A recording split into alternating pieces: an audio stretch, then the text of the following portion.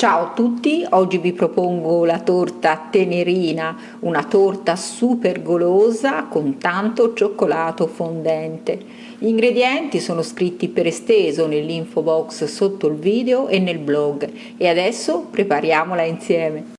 Ho spezzato il cioccolato fondente, lo metto in un contenitore, aggiungo anche il burro tagliato a pezzetti e trasferisco il tutto sul fuoco. Lo faccio sciogliere a bagnomaria. Quando burro e cioccolato si saranno completamente sciolti, tolgo il pentolino dal fuoco e lascio intiepidire a temperatura ambiente. Prendo 2 contenitori e separo i tuorli dagli albumi.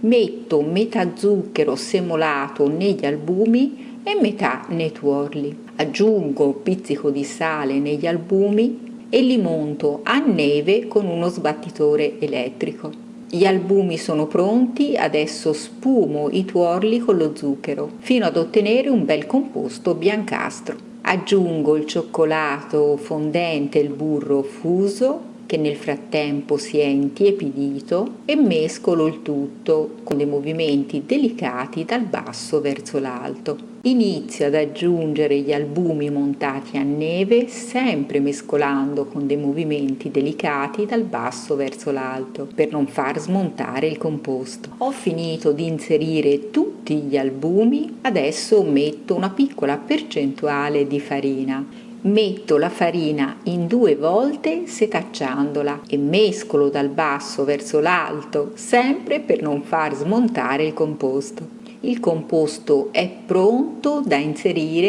in una tortiera con cerniera apribile che ho leggermente imburrato e rivestito con della carta forno. Ci distribuisco il composto all'interno e posso infornare in forno caldo statico a 160 gradi per 40 minuti.